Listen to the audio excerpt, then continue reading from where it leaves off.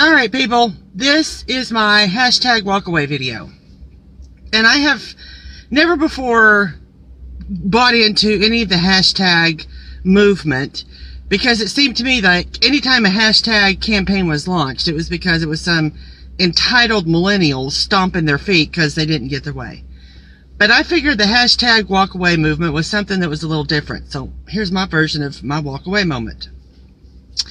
Now, I've been raised Democratic because I came from a poor, white, working class family. All my life, I have been taught that it was the Democratic Party that represented poor America. It was the Democratic Party that represented Black America. It was the Democrats that had secured equal rights for Black Americans. And it was the Democratic Party that maintained those rights to secure that they still had them for Black Americans. I had been raised to believe that the Democratic Party is the party that was the big brother of small business. And the Democratic Party was for the working class. And I had also been taught to believe that it was those damned old Republicans that had been bought out by every multi-million-dollar corporation in America. It was those damned old Republicans that sold out to Big Pharma and let stuff on the shelves that shouldn't be on there, and Americans were taking pills that they shouldn't be taking, and everything. Republicans were bad, Democrats were good. And my walkaway moment came in everything that was running up to the 2016 presidential election. Because prior to that, I had never really been heavily involved in politics. And the reason was because I was busy with my American life. I had a full-time job, kids, lawn needed to be mowed, laundry needed to be done, somebody had a dentist appointment. You know, all that stuff that comes with being an American. And although I wasn't heavily involved in politics, by the time Barack Obama left office, I had an absolute hatred for socialism, liberalism, and the progressive movement.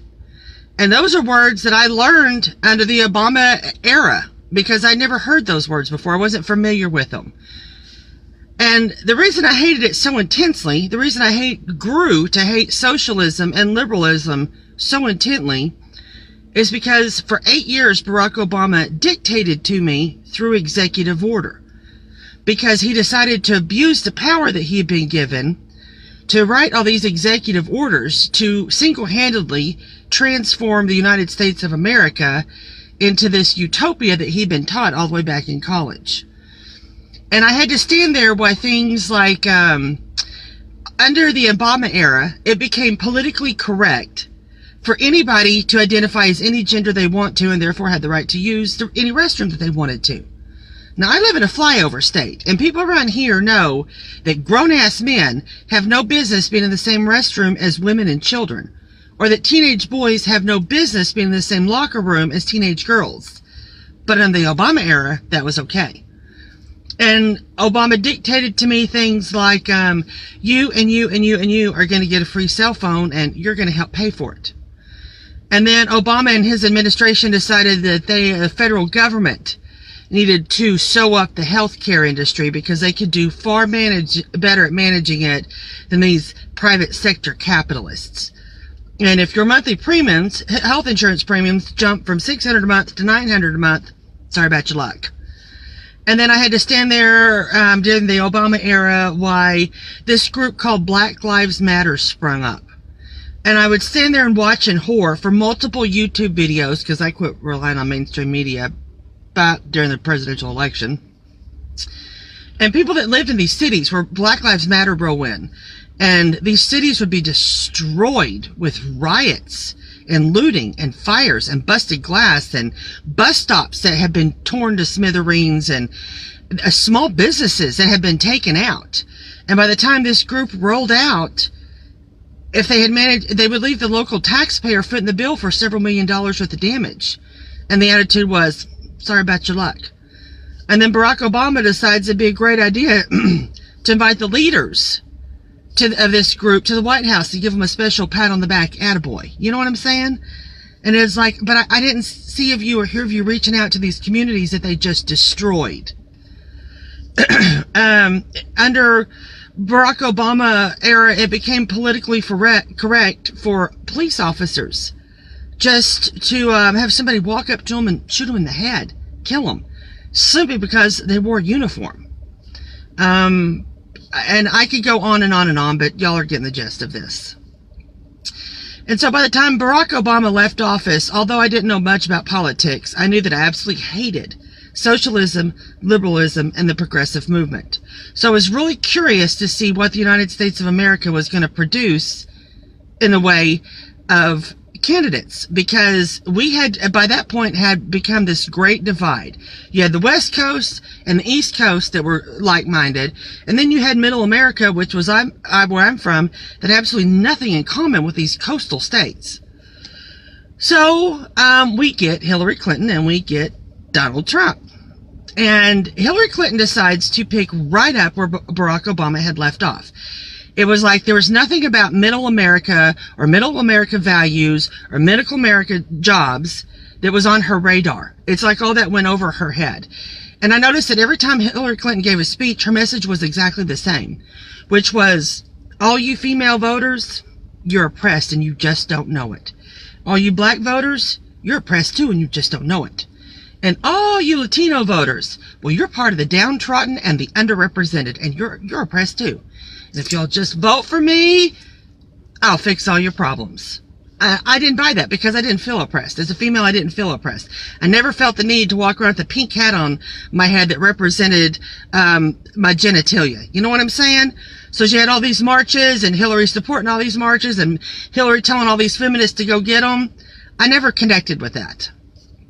I never felt oppressed. And then you had Donald Trump. And I'm going to be honest with y'all. When Donald Trump first announced he was going to run for president, my immediate go-to thought was, the hell is this billionaire from New York City doing? What does he have in common with us average Joe Americans? I know what this is. He's just bored. And this is a case of, hold my beer and watch this. I knew what that meant. So when I started watching Donald Trump speeches at his rallies, I quickly learned that there was no entertainment value. Actually, he was speaking my language. When Donald Trump would stand up and say, all you displaced oil field workers, I got something for you. All you displaced factory workers, I got something for you too. Because I'm from Oklahoma, and our primary commerce is oil and agriculture.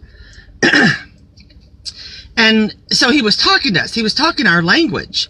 And at the same exact time, Donald Trump is giving these speeches, you have executives and CEOs from Silicon Valley and Seattle, Washington, New York City, putting out these tweets and op-ed these articles that say they have absolutely they could care less about what a middle America's financial plight is, because it's our own fault that we're poor, because we were too dumb to move with the times, which was with technology.